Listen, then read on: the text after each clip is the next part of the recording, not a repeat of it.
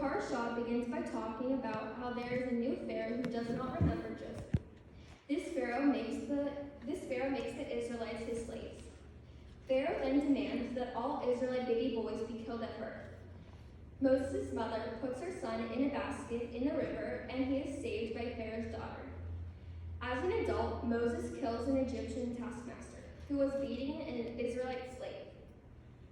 Moses flees to Midian and marries Zipporah. God appears before Moses in a burning bush and tells him to free the Israelites from slavery. Inapprehensive, Moses returns to Egypt, where he and his brother Aaron demand that Pharaoh set the Israelites free. Pharaoh refuses, and God promises to punish him. Parshat Shemot is a story full of righteous women. Who are these women? Shiphrah and Puah, the midwives. Yocheved, Moses' mother. Miriam, Moses' sister. Batia, Pharaoh's daughter. Jethro's 7 daughters, Zipporah, Moses' wife. Elisheba, Aaron's wife. And all Israelite women as a group. Of all the portions in the Torah, Shemot most clearly illustrates the strength of the Jewish woman. It was the women, Shiphrah and Puah, who bravely resisted Pharaoh's decree to kill newborn baby boys. Pharaoh directs them to kill all Jewish male babies. They don't, saying the Hebrew women are not like the Egyptian women. They are lively and deliver before we midwives arrive. Therefore, God dealt well with the midwives, and the people multiplied and became very mighty. And it came to pass, because the midwives feared God, that he made their family distinguished. They knew what was morally right and had the courage to act on it. As a baby, Moses was placed in a basket of reeds by Yocheved, his mother, watched by Miriam, his sister, and saved by Batia, Pharaoh's daughter.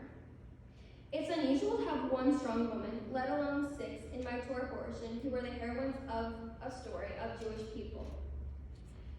Just as Moses had these women to guide him to be a leader, so have I had the fortune of having strong women in my life that have taught me what it means to have responsibility to my Jewish community. Becoming a mitzvah means to me that I now assume the responsibilities of a Jewish adult, and I am accountable for my actions. Being responsible for my actions is more than just my obligations to my synagogue and my Jewish learning, but my responsibility to my community at large. With that being said, when I look at my Torah portion, there's one section that stands out to me. In the Aliyah, which focuses on when Moses' mother puts him in a basket and floats him down the Nile in hopes of saving his life, I wanted to focus on this aspect of how selfless Moses' mom was in her act to try and save Moses' life, even though she knew if she had been caught, she would be punished. Today, we are in a global pandemic, and I have the responsibility to look at ways to take care of myself and my family.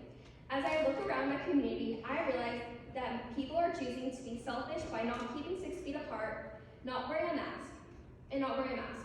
This simple act of wearing a mask, washing hands, and staying socially distanced from those we love and even those we don't know is a way that I can do my part to help the pandemic go away. We need to act like Moses' mom and be selfless and think about others. We need to put the needs of others above our own selfish comforts, so that we might all once again be able to share in each other's company.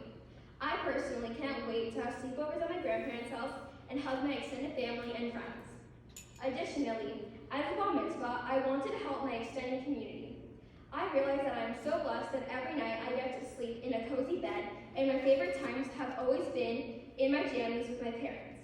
Unfortunately, not every child gets the same opportunity that I have had, so I partnered with an organization called Comfort Cases that supports foster kids in the foster care system and helps the kids to feel appreciated, cared for, and loved. How Comfort Cases shows this to the kids is they assemble a night pack filled with PJs, books, toys, and bathroom essentials. Normally the kids, when being transferred to another home, just receive a trash bag to store their belongings in. But Comfort Cases sends the kids a colorful duffel bag in which they can store their belongings in, instead of storing them in a trash bag. With your help, I can reach my goal of raising $5,000 for this organization to be able to donate 100 duffel bags to lend support and bring some happiness back to these kids' lives.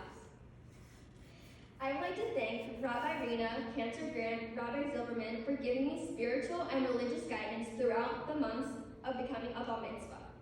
I would like to thank Charlie Kramer for bringing Camp House Kramer spirit to my service. I would also like to thank Leora, my tutor, who worked hard with me to be perfect for today, and for being patient with me.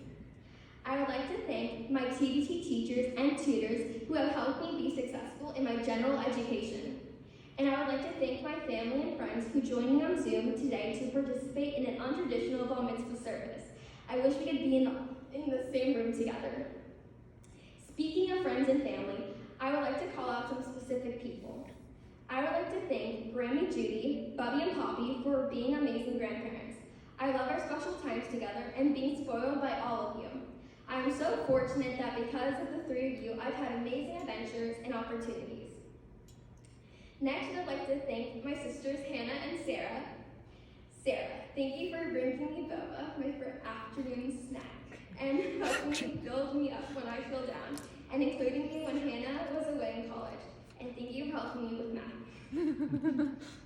Hannah, thank you for being a great listener when I need to blow off some steam and guiding me with navigating being a teenager.